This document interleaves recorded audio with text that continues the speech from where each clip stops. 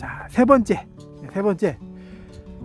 여러분들이 하는 질문 중에 가장 많이 하는 질문이 뭐냐면, 나는 조생종이 많은데 조생종에 결과지 기른 장초에다가 결과지 기른 장초 전지를 해가지고 착과를 시켜야 된다는데 그게 맞는 거냐, 어떻게 해야 되는 거냐, 그 질문이 의외로 많더라고요.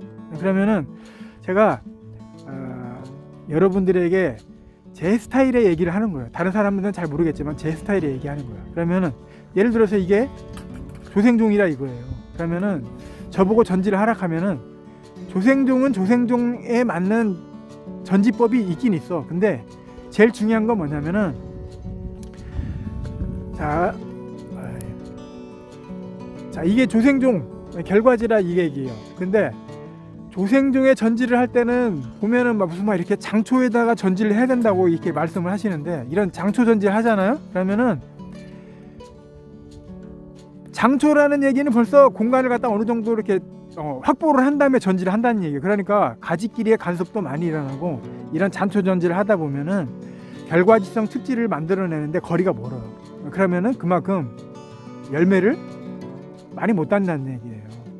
그 얘기는 뭐냐면은, 전지는 중생종이든 만생종이든 조생종이든 똑같아.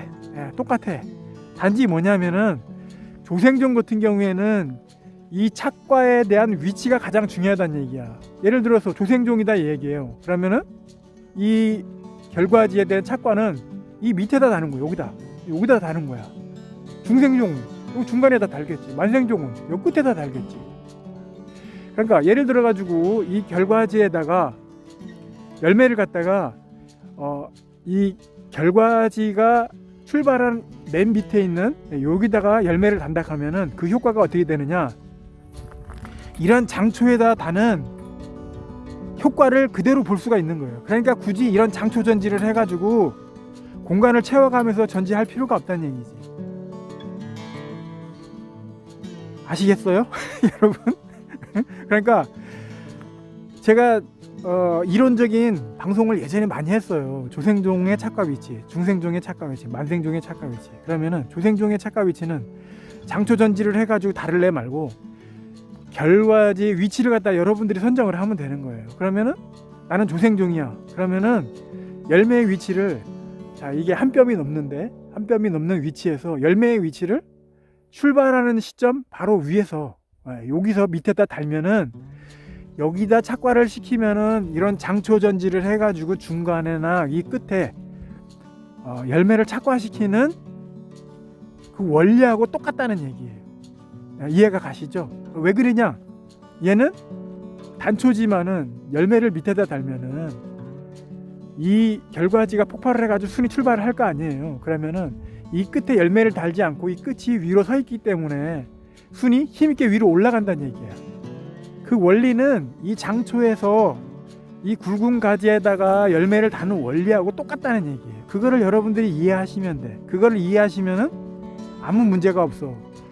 이거를 조생종이라고 그래가지고 장초 전지 그거 할 필요가 없다는 얘기지. 그대로 전지를 하세요. 그대로 전지를 하고 그 결과지에 조생종이면 조생종에 맞게 열매의 위치를 여러분들이 선택을 해가지고 달면은 이런 장초 전지 해가지고 착과시키는 그 원리하고 똑같다는 얘기지.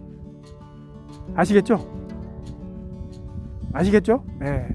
이제 이해했으리라 믿고 이만할게요. 이제 그러니까 이론적인 방송을 여러분들이 한 번씩 보셔야 돼. 그냥 종이 하얀색만 나오면은 사람들이 안 보는데 그 하얀색 종이 안에는 그 농사의 줄거리들이 많이 포함되어 있어요. 아시겠죠?